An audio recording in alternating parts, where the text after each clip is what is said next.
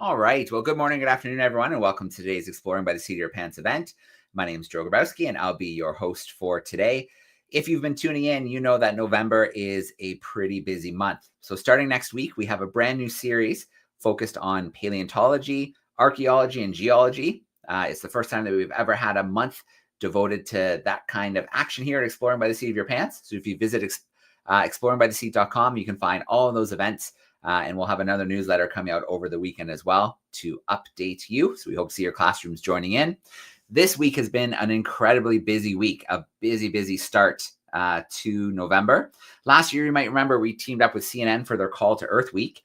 And we hosted a series of live events with explorers, conservationists, adventurers, and scientists to share their stories from the front lines of our changing planet. This year, we're doing it again, of course. You may know CNN has an editorial series that's committed to reporting on environmental challenges facing our planet, together with solutions. So really focused on driving awareness and education around key sustainability issues to inspire positive action. Yesterday was their Call to Earth Day. So there were all kinds of stories being featured on the network and on the website. Classrooms were doing things around the world as well. Different positive actions, especially around green spaces.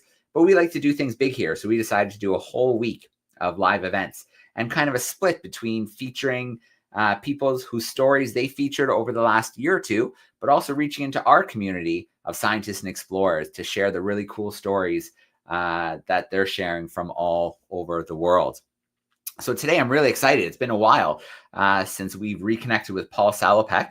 Paul, we've joined him on his Out of Eden walk for almost a decade now, as he made his way through Asia, through India, through China, up into Japan, and now made his way into North America for this leg of the journey. So for those who might be new to it, the 21,000 Out of Eden walk is a decade-long experiment in slow journalism. Walking from Ethiopia to Tierra del Fuego, moving at the beat of his footsteps, Paul is walking the pathways of the first humans who migrated out of Africa in the Stone Age and made the Earth ours. Along the way, he's been covering the major stories of our time, from climate change to technological innovation, from mass migration to cultural survival. So he's giving a voice to the people who inhabit these stories every single day. And I know at the beginning I said a decade-long journey. It's obviously lasted longer than that, but I'm going to grab Paul here right now. Hey, Paul, how are you? Hey, Joe, good to see you. Can you hear me okay? I've got you loud and clear. It's okay. One of the clearest connections we've ever had, Paul. We've, I think, had a bit of everything from, tiny little huts with no electricity to even out in the field. So it's nice to see you nice and clear today. And we're excited for a little catch up. No, it sounds good. Also, I mean, it's been so long, Joe. You've been kind of checking in, as you mentioned, almost every year on this really super long walk. And one of the unfortunate things about having a really clear connection is now you can see how weather beaten I'm getting from walking for years outdoors. I'm getting wrinkly and white, but it's great to be with you again and bring all your learners and the students up to speed on where the walk is right now. Excellent. Well, to those who are tuning in, don't be shy to use the chat sidebar. Send us in some questions that we'll work into in a little bit. But today is unique, Paul. This is our first connection where you're possibly going to control the slides. Usually I have them here on my end. So we're going to give that a go with the connectivity. Okay, let's do this. This is like a technical milestone here. One moment. Yeah. Let me get this started. All right.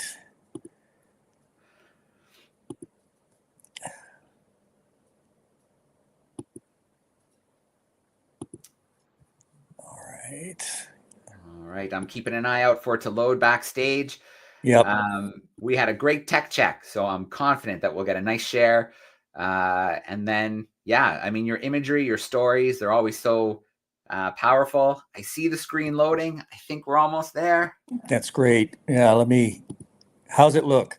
Perfect. We got it, Paul. Okay, Looks good. cool. Hallelujah. Okay, so everybody, as Joe said, I'm going to be bringing you up to date on this really, really long storytelling walk called the Out of Eden Walk. And it's called the Out of Eden Walk because I'm using that word Eden kind of anthropologically, scientifically, to suggest the original kind of Eden or original landscape that all of our ancestors evolved in, the continent of Africa. If you go back in everybody's family tree, ultimately, genetics, archaeology, paleontology all suggest we're all Africans, right? And follow their dispersals out of the mother continent over periods of tens of thousands of years as they began to populate the planet, as they began to kind of migrate out onto the corners of the continents, basically following resources such as herds of antelope, migrating birds, wild foods of all sorts, but also being pushed by things like droughts and climate change. So this is a map of what scientists believe is more or less the route of how humans populated the planet. There's been a few kind of modern tweaks on it in late recent discoveries, especially in the Far East, where new fossil bones have been found that suggest that there's really even older human populations in places like China. But basically, this map holds. So what you're seeing on this map of the whole planet is this pale green kind of diffuse line are corridors of human dispersal, right? So if you look at Africa, nobody knows exactly. I don't think the scientists I talk to say there's no such thing as an exact cradle of humankind, right? It's just ancient humans have been found 300,000 years old up in parts of northern Africa. Really old fossils have been found in southern Africa. I decided to start in the Rift Valley of Ethiopia, partly for practical reasons, because that kind of put me in position to kind of walk into the Middle East and then onward into Eurasia much more quickly. I could have started just as easily in West Africa or Southern Africa, but it was a kind of a timing issue for me to start in the Rift Valley of Ethiopia. That red line is more or less the route that I've taken. It's been updated since, but this map still more or less holds. And I'll tell you exactly sort of how far I've come in the following slides. So this is just an image of starting out. This was when the first week of leaving an ancient human site called Hertoburi in the Rift Valley of Ethiopia. The fossils there were 156,000 years old, kind of dawn humans. And I chose that as a symbolic starting line for this massive, long journey on foot to basically rediscover the modern world through the eyes of the ancestors who first stepped out of Africa way back in the Pleistocene, right? And the idea, I'm a journalist, I'm a reporter. I have a bit of a science background. My degree's in environmental biology, but I'm by no means kind of a scientific expert. I'm more kind of a science explainer. I wanted to see sort of what the world looks like if I slow myself down to about 5 kilometers an hour or 3 miles an hour, the original pace of our collective discovery of the world, right? Who discovered the world? There were these Stone Age peoples who were moving in small bands, hunter-gatherers. They could be 6 people, they could be 15, they could be up to 40. And they were roving across landscapes very slowly, basically finding new resources as they were pushed and pulled by the forces that I just mentioned earlier. If you go back in history, this mode of being, this kind of way of living, of moving on foot across landscapes, hunting and gathering, occupies more than 95% of our species history, right? So we have nomadism, we have movement in our bones, right? It's only recently, kind of yesterday, speaking geologically, that we settled down and started growing plants, invented agriculture, and then from that sprang cities and all the different jobs that people do today, right? Modern economies. I think this nomadism idea of kind of being comfortable using our 2 feet to explore environments, to harvest wild foods, is still in our DNA. It's still kind of embedded in our bones. This picture is just the beginning of the walk, where I had hired a couple cargo camels with my companions, 3 Afar nomad walking partners, who joined me walking towards the Red Sea. From the Horn of Africa, there was no way for me to go north into the Sudan, the next country, because the Sudan was in civil war. As sadly it is today, one of the greatest bloodlettings in the world are happening in this massive country in northeastern Africa.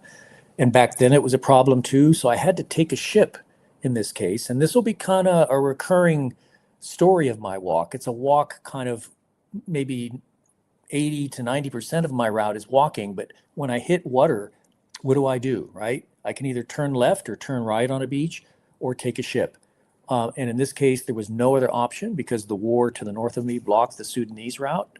So I took a ship to Saudi Arabia and then walked through the Middle East and began spending time with another group of pastoralists.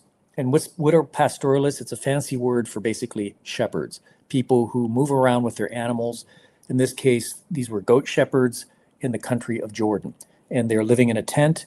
And I would come walking through with my backpack. In this case, I had a cargo mule. And my walking partner and I basically accepted the hospitality of a bit of shade on a very hot day in the deserts of Jordan. From the Middle East, I then decided to kind of go into Eurasia, kind of head eastward towards sunrise. I could have just as easily turned westward and walked into Europe, but I figured that this project is so long and, I have, 35,000 kilometers to cover total, that I'm going to just go where the main corridors went of the ancestors who first walked these landscapes. So I headed to the right, basically, and walked into the Levant, the Caucasus, and then Central Asia. This is a picture of walking an old Roman road in Turkey with a cargo mule, and that's my Turkish walking partner, Deniz Kilic. And basically, this kind of road, it's amazing. This road was incredibly well preserved. Look at it. It looks like it was built not too long ago, but it's 2,000 years old.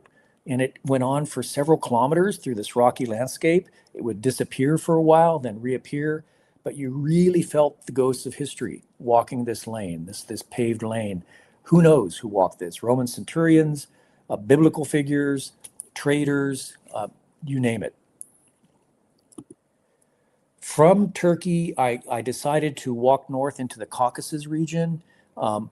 People ask me, Paul, what are some of the biggest challenges of walking across the world today from horizon to horizon? Back in the Stone Age, the people I'm following, they encountered obstacles like, big deserts or high mountains that were almost impassable, or ice sheets, right? During the Ice Age, they would like a mile high, 2 kilometer high wall of ice would block them sometimes for thousands of years. For me, the biggest obstacles today in the modern era, as a modern walker, have been imaginary. They've been borders. They've been political boundaries, right? Things we call nation states. And so when I walked into the Middle East, I tried my best to get permission to walk across the country of Iran. And for political reasons, I could never get a visa. So I was obligated to kind of find another way around Iran. It's a big, big country. So I basically headed north into Central Asia. And this is a picture of Kazakhstan. Some of you may have heard of the vast steppes. Steppes, another fancy word for grasslands of Central Asia. They go on for thousands of kilometers. As far as the eye can see, it's an ocean of grass, right? And what history occurred in these vast grassy center of Asia, kind of the belly of Asia?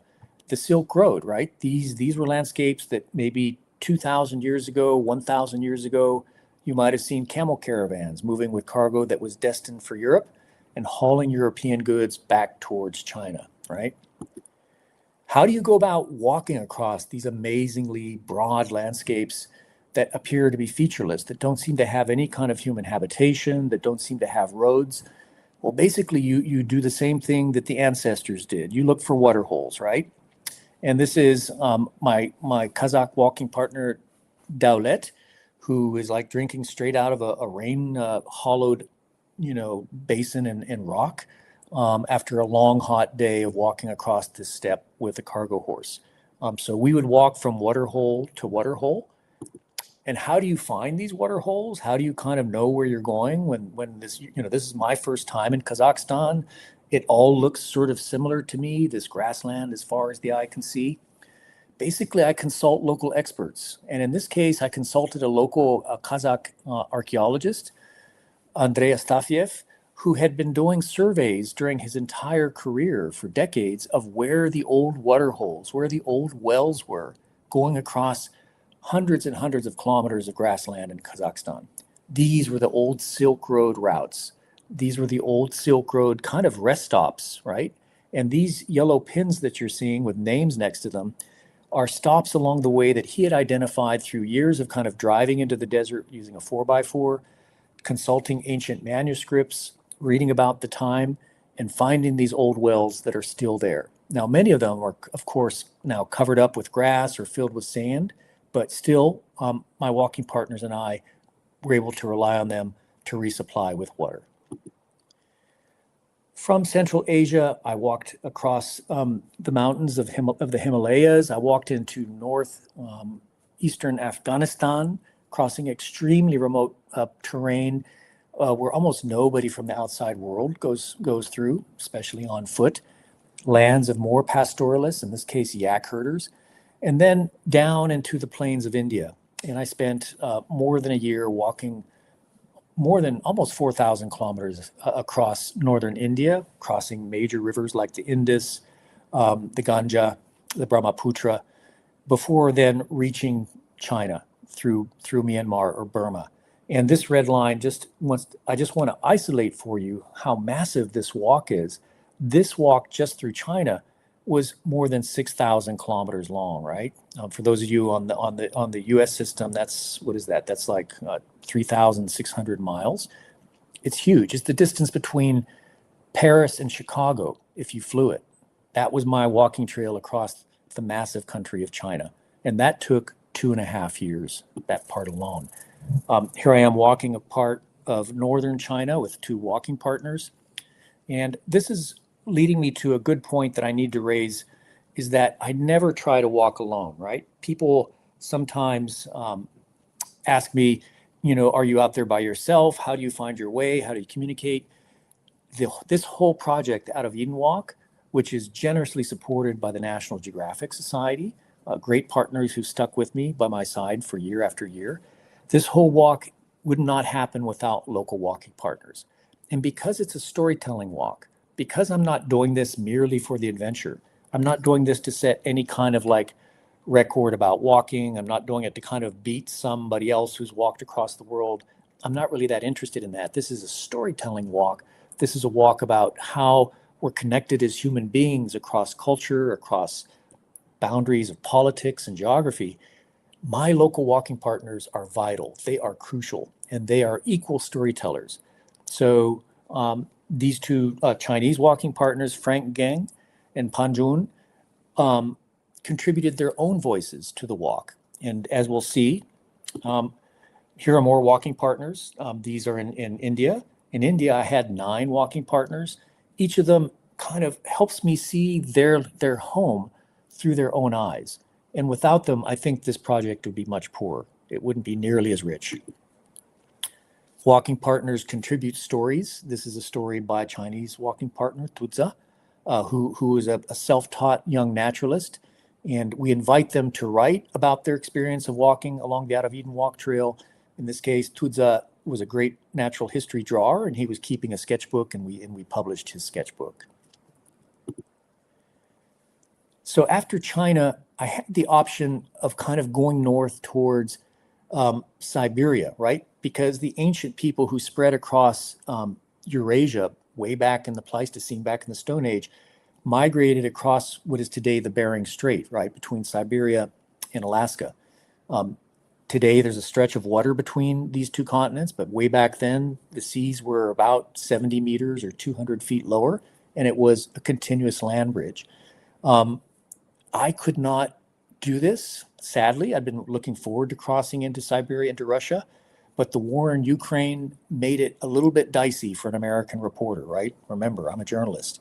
So I had to turn south from China, and instead do kind of a hop, skip, and a jump through South Korea and Japan. And this is this map. What you're seeing is the route through those two countries.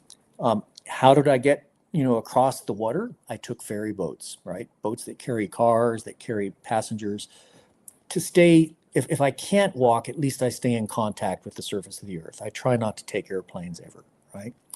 What are these symbols? You'll find this map and many others like it on the National Geographic Out of Eden Walk site. And I'll project that website at the end of my talk. But basically what you're seeing, the little yellow squares are the sites of the stories that I write. I write about climate crisis, I write about cultural change, I write about technology's influence and culture. I talk about language, I talk about environment. I've written a lot of environmental stories. And the big yellow pillars are milestones. And so what is a milestone? Every 100 miles of straight line travel along my walking trail, I stop and I ask people 3 questions that I always get asked is, who are you? Where do you come from? And where are you going? And this is just one example. This is in Japan. This is milestone 101. And this is in South Korea. And this was a South Korean visual artist who had walked along for a while, and she was there when the milestone came. And she answered the questions just in the best she could in real time. The idea is to create a portrait of the human family every 100 miles across the world along the pathways of the ancestors who first discovered the world. And that basically becomes a gallery of the human family, right? That's what these milestones are. In Japan, I wrote about climate crisis. Here was a story about Japanese farmers who are trying to adapt to some of the hottest summers in Japanese recorded history. These farmers are quite elderly. They have been farming this part of southern Japan, the island of Honshu, the southern part of Honshu Island, since they were teenagers. And they said, Paul, we have never seen heat like this before, ever. It's so hot that the yields on the main starch staple crop, which is rice, have gone down by as much as 15%, because the plants just can't keep up with the heat and they end up wilting. So the farmers, some of them are trying to experiment with alternate crops. And sadly, many of them that I spoke to as I was walking through these rural areas of Japan, saying that they're getting out of farming altogether. They're just basically throwing in the towel. So Japan, because of climate crisis, is losing some of its memory of farming. Okay, so here I'm in Japan, and I can't go north to the Bering Strait. I can't walk through Siberia. So what do I do to get to the American continent, right? Because the idea is to walk all the way across Eurasia, but then also come down the American continent from the Arctic down to the tip of South America. If you remember that map I first showed, the very, very tip of South America, Tierra del Fuego, where Chile and Argentina kind of share the waterfront of the Antarctic Ocean, because scientists have told us that was one of the last beaches that humans ever set foot on, right? One of the last corners of the continents to ever be colonized by modern Homo sapiens. So that's my destination too. But here, Russia was sort of blocked to me. So the only way I could do this was find a ship. And this was a challenge, finding a ship, because this is not a small, body of water. Like in previous parts of my journey, I would cross little seas that would maybe take only a day or two, right, to sail across or to steam across. Crossing the Pacific involves more than a 7,000 kilometer journey. But I asked around to various shipping companies, and finally one agreed to take me on board as a passenger. And this is the ship. It's called the Maersk San Vicente. It's loading up these containers. Some of you may know that these containers are they're quite big. They're the size of a railroad car, and they're offloaded and onloaded to these gigantic, massive ships. This ship is, guys, it's 330 meters long. That's 4 city blocks long. If you could run around the deck 8 times, that's a 5-kilometer run. This is a behemoth, colossal vessel, right?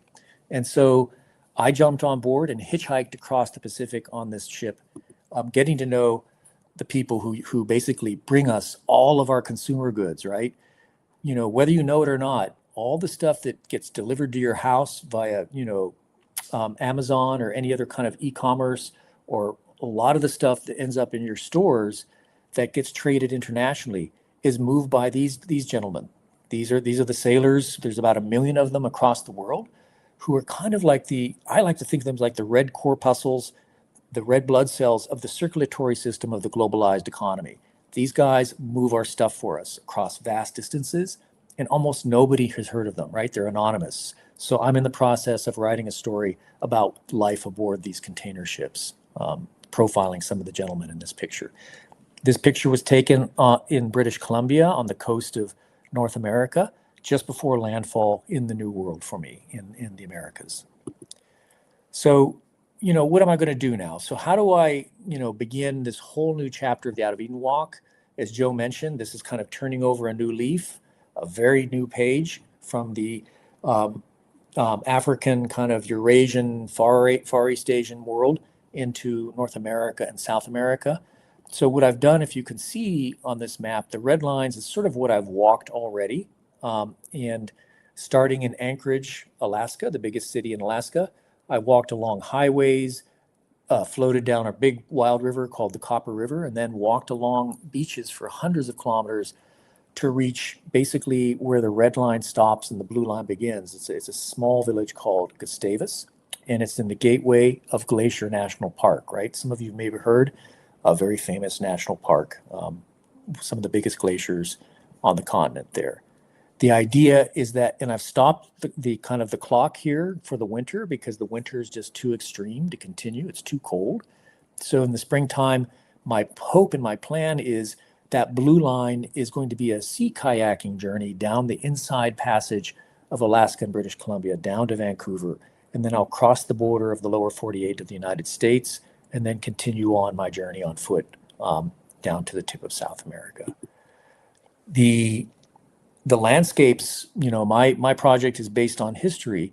And even though I'm sort of missing out on crossing the Bering Strait between Russia and Siberia as I originally planned, I'm still following the ancient migration pathways of animals like these extinct, mammoths and rhinos and all sorts of saber-toothed cats, ancient horses that used to populate what is today Canada, North America, United States. I'm basically following those migrations. Why? Because ancient peoples followed the animal migrations too. So it's pretty cool to have a project that is basically following the ghostly campfires of the original pioneers who blazed the trail into the American continent. This is just a picture of leaving Anchorage. We walked along the highway. I left Anchorage in early July, and it was after the 4th of July for Americans, their Independence Day. So there were a lot of little American flags scattered by the side of the highway. Those are the legs and feet of my walking partner, Phil Norris. It was a bit surreal to see this. This was my first, I think, second day walking into the United States. But getting off the highway, as I mentioned earlier, I quickly bumped into kind of the resplendent wilderness of Alaska. And this is the Wrangell St. Elias Range on the coast of Alaska, what's called the Alaska's outer coast, where I walked for something like close to 400 kilometers for 6 weeks down wild beaches that have no roads and no infrastructure. And this is my Alaskan walking partner who was kind of leading the way. He grew up on this beach. And Rowan Sharman from Gustavus was a terrific guide and a terrific person a very knowledgeable person, not just an outdoorsman, but somebody who knew something about the dynamics of climate change, the ecology, and the oceanography of this very dynamic coastline. Guys, on this coast, glaciers are receding so quickly because of the climate crisis that the land is actually lifting up. The weight of the ice is making the land spring up. It's called isostatic rebound, a fancy name for basically saying the land is kind of rising, by feet. And that has very dramatic impacts because that changes the courses of rivers, which then affects the ecology of salmon, et cetera, et cetera. So these are things that I'll be writing about in the near future. And here's Rowan leading the way south towards Gustavus on one of these empty beaches. You could see enormous amount of erosion happening here. The trees are actually like falling down onto these beaches. And again, this is all part of this really dynamic landscape of receding glaciers and what that does. One of my scientific subjects, the people I'll be profiling, calls this part of North America the geography of the future, because the climate crisis, among other things, is having such a dramatic and dynamic change. So that's it. That kind of brings it up, Joe, to speed. Let me go ahead and minimize this and come back to you. All right. We got you, Paul. Great. So I'm back, right? You're back. We got you nice Okay. front and center. Cool. Thank you for that. I was a nice recap of the journey thus far, and then kind of this new page, making your way to North America now. What kind of struck me is, I guess I always pictured you coming across in like a ferry of some sort or a small cargo ship. But in one of those massive, massive cargo ships, was that hard to organize? Is that a tricky thing to do? Yeah, it is. I mean, they don't normally take passengers. Strange that they did. I think back in the 1980s, 40 or 50 years ago, people actually traveled on these big ships because they've been around since the 60s.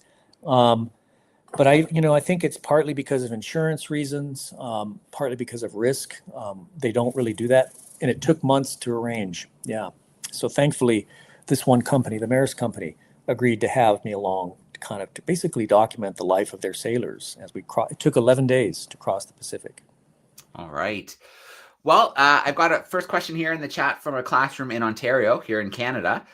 And they're curious about your walking partners. Was it ever difficult to find a walking partner on different legs of the journey? Sometimes, yeah, especially the more remote stretches. Think about this. Put yourself in their shoes. You might be a student, or you might be somebody who's working as a postman or as a teacher or as a farmer. Asking somebody to kind of put down their work and say goodbye to their families and come walk with me for weeks at a time, that's a big ask. That's asking for a lot. Especially when it comes to landscapes where there's almost nobody who's living there, finding those kind of folks who actually know how to survive in that environment is not always easy, right? Because we've become such an urbanized, citified species. We're all used to kind of having all the amenities of turning on a light, having a shower every day, having food guaranteed, hot food. So the places where it was most difficult, I would say, were Central Asia. That was pretty tough to kind of find somebody to walk across those vast grass oceans with me. But in areas where there are more people, like big cities, towns, you'd be surprised. There's a lot of pretty adventurous game folks out there who join me. To give you one example, in China alone, I had 22 walking partners. They were photographers, amateur naturalists, a poet, a historian, writers, mountain climbing guides. So it was a nice kind of cross section of people, men and women. Very cool. I'm going to jump to some sixth graders in Hamilton, and they're curious about how you're going to set your route through North America. What kind of guides that line that you're going to take? It's a good question. It's what I'm working on this winter while I'm hunkered down for the winter. The preliminary thinking is, after I do the sea kayaking down the Inside Passage, is I'll probably not come down the exact West Coast line, like through Washington, Oregon, out of BC. I'll probably, after I cross out of BC, I'll probably cut inland and walk along either the eastern foothills or the western foothills of the Continental Divide. Why? Simply because I think there are more stories there. This is a storytelling project. And there's all kinds of issues going on in the west of the United States over who owns the water, land use issues. There are ethnic issues between indigenous peoples and new, more recent arrivals. So I get kind of a better mix of more complicated stories. Yeah, that's the plan. All right. Well, I've got a question here in the chat about food, which I think is kind of inevitable. So, what are you eating along your journey? And then they're also wondering, is there some kind of comfort food or treat that you try to bring with you or get your hands on? Yeah, that's a great question, because, this is a body-driven project. I have to walk, 20, 25 kilometers a day. So you need to have fuel for that. in some of the more rural areas, that are not highly built up, like outside of cities, the honest answer is you sort of eat whatever's put in front of you because you don't have much choice. And because you're backpacking all the time, you can't carry too much. I mean, I carry a pretty small rucksack. It's not even a backpack. I try to keep my pack's weight down to about, 10 or maximum 15 kilos.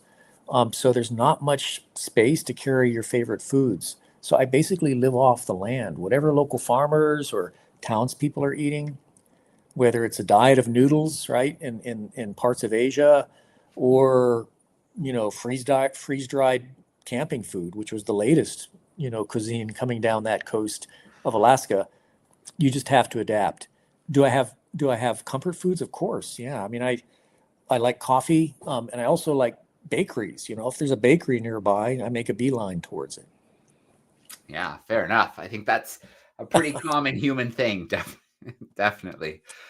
Yeah. Okay. So that leads me to another food question, which is there something that you tried that you were surprised, that you liked?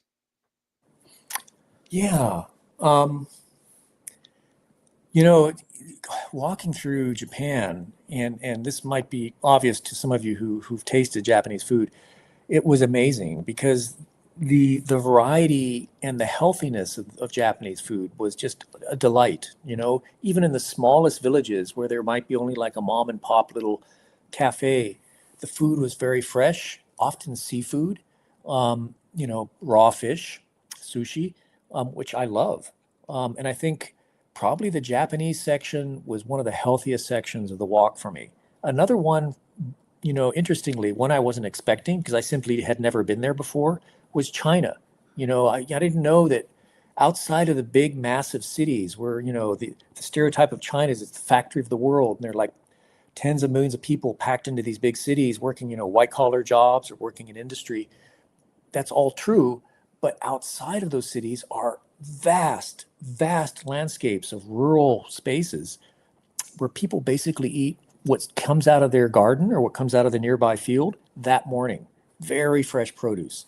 So I had actually great healthy food in China too. Okay. So I'm gonna keep it on food just for one more question because this is a question coming from me because a couple days ago we hosted someone named Vincent and he's working on the seaweed revolution, is getting people to Mm. farm and eat more seaweed. And we talked about how in Asia it's such a big part of the culture. There's seaweed farms, they're eating it regularly.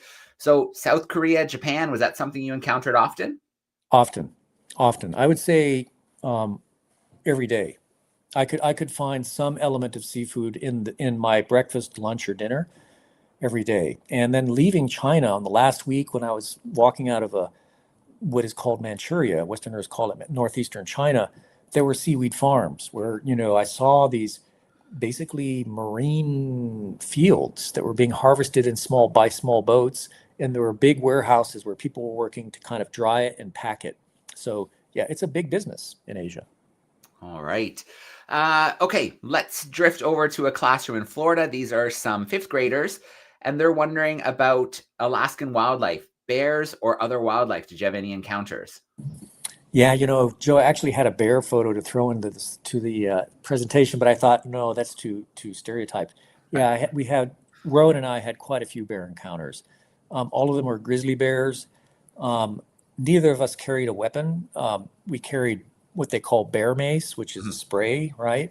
Um, but basically, I'm a neophyte, right? The Arctic landscapes are sort of new to me. I was in Alaska like when I was in my 20s, a long time ago, but I never really walked through such an incredibly wild stretch of Alaska as this outer coast. I think I counted 18 bear encounters, and the truth is that at least on those 18, soon as the bear kind of squinted and kind of figured out what we were, which is upright apes, they basically either moseyed away or ran away, right? Yeah. There was one encounter where the bear kind of got curious and started coming towards us, but quickly, I think he had just never seen a human before. This area is really remote. And then once he got a whiff of us, he said, no thanks, turned around and left. So bears, moose, I have this idea of moose. I don't, again, first time walking through wild Alaska. Moose are basically kind of muskeggy, mixed woodland kind of animals, right? But here we were walking these wild beaches that stretched for eternity, and there were moose on the beach. I never even knew that moose kind of walked the beaches. I mean, this almost sounds like a drink from a bar, moose on the beach, but there it is. So saw moose, saw weasels, and wolves. Oh my gosh, lots of wolves. It was fantastic to see so many wolves.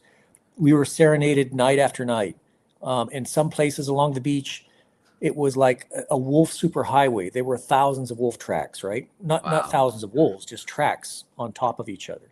So that tells me pretty healthy ecosystem, right? It was great to Absolutely. see. Yeah, that's pretty awesome. Very, very cool. I've got a class. These are sixth graders in New York, and it's kind of a fun question. It's a two-parter. So, was there something that happened on the trip that you were like, I knew this was going to happen? And then is there something that happened that you're like, well, that's new. I didn't see that coming. Every day, I think, it's so I was already old when I started this walk. I was 50, and I'd been around the block. I was an international reporter. I'd covered wars, I'd covered politics. So, I've been around the block, as it were. And so I knew certain things were coming. I knew there'd be sometimes there'd be bureaucracy at borders, and long waits, and like, security forces might be keeping me under their microscope in certain societies. So all that sort of was expected. That's sort of what I'm used to. Um, Unexpected was, and I've mentioned this to you from the very beginning, Joe, is I didn't know what to expect when I left Ethiopia. Am I going to finish this thing? Am I going to reach Tierra del Fuego? Back then, I had this crazy idea of doing it in 7 years, right? Very overly optimistic estimate. I didn't know if I was going to make 7 months, right? But as it turns out, it's been one of the most enjoyable, rewarding, such a learning journey for me, such an affirmation and very humbling. I mean, it's really kind of put me in my place. It's kind of taught me how small I am, Yeah. and to take joy in that. So that was kind of a bit of a nice discovery. Is it's going to sound a little bit crazy, but how easy it's been, right? I sort of expected it to be harder. It's been lovely to be accepted by people along the way, and kind of to be the beneficiary of their unearned generosity. A lot of strangers have been very generous to me, and they had no reason to be. Now, I want to note that, I'm a guy, and I'm an older guy, and that comes with certain virtues and certain unearned virtues, certain privileges that maybe some other people who have different bodies may not have. And I try to keep that at the front of my mind. But I will say this as a response to that observation is my walking partners were from these places. And even they, men and women of different ages, different backgrounds, were also sort of pleased generally when we finally had to say goodbye after walking for a few weeks or a few months together, at how enjoyable it was. And though it might have been physically hard, and it might have been sometimes lonely, or might have been frustrating like anybody else's life, the rewards were just so incredibly rich. So that's kind of a continuing surprise every single day. Yeah. It's been great. Yeah. And I have no doubt that when you started this journey, you weren't expecting to walk into a global pandemic, which I'm sure slowed things down and just changed that dynamic of the walk in different ways. It did indeed. I think it, probably, added on at least another year and a half or so. But that's okay. Who's counting? And I'm lucky. I walked through the pandemic mostly while in China, and hundreds of millions of people were in lockdown in China at the time. China had very strict kind of lockdown quarantine rules. And for some kind of reason that I still don't quite understand, complicated reasons, I managed to slip through those controls and continue walking and being outdoors um, during almost the whole passage through Yeah. China. Okay. We could go on doing these questions forever, Paul, but I know you have time. We've got another event coming up next, but I really want to get this one in. This is from the East Coast out in Nova Scotia. Can you share another climate story with us? Another maybe adaptation or a story that you saw? Yeah, I mean, a really a good one was in Afghanistan, where they have high mountains. It's the Himalayan mountains. They're called different names. They're called the Pamir or the Karakoram, but it's the Himalayas. Their glaciers are melting so fast that it's creating a water bonanza that maybe will last one generation. So farmers, Afghan farmers who live in these rocky, cold, dry valleys, who had never seen, in some cases, certain types of fresh vegetables ever in their lives, had a water bonanza on their hands. And they were astonished that year to year, their creeks were filling up more. They're able to irrigate more. So they were planting walnuts, they were planting fruit trees, and they were having kind of a golden age thanks to the climate crisis. It's one of these strangely positive spins on the climate crisis globally. But what the scientists I spoke to kind of raised their hand in warning is saying, guys, enjoy it while you can, because that ice will eventually give out and it's going to be even drier here than ever. Their wells, once the ice totally melts away, and we're talking not so long, decades, their wells will go dry, and their valleys will become so dry they'll be uninhabited. So here's kind of a strange mix of kind of benefits, but ultimately still ending up with tragedy. That was a significant climate crisis story for me.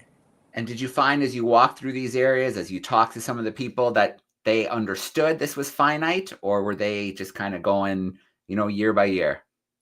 Both. I think some of them knew, intuited even. They didn't need some scientist to tell them that the ice, the glaciers that they'd seen all their lives, they're seeing them get smaller and smaller. They know that they're kind of living, the tap has been opened artificially, as it were. But they said, what do you expect us to do? Just let the water run out to the sea? So we'll put it to use while we have it. And then when it completely dries up, we'll face that crisis when it comes. It's very human. This is a very human trait. Yeah. All right. Well, first I want to start off with a huge shout out to our classrooms joining us. Thank you for sending in these great questions. To the classrooms who didn't work time zone wise, who will catch the recording, a shout out to you as well. Coming up next in a few minutes, we'll be going very different environment. We'll be talking about the Under the Poles expedition. So learning about exploring the Arctic and the water, or the Arctic and the Antarctic and the waters below. And Paul, thank you so much. It's always a pleasure to catch up and steal some of your time. I think that's been one consistent thing since I launched Exploring by the Seat of Your Pants back in 2015, is that Paul will be walking. So that's something that's consistent, and it's always kind of happening. So I really appreciate getting able to kind of catch up and share your story with classrooms. Happy to be a line of stability through your life there, Joe. All right. Well, Paul, enjoy some downtime with the winter. And Thank you. We can't wait to catch up when the walk resumes. Thank you. Looking forward to the next stop. All right. Thanks, everyone. Have a great weekend. And we are signing off for now. Thank you.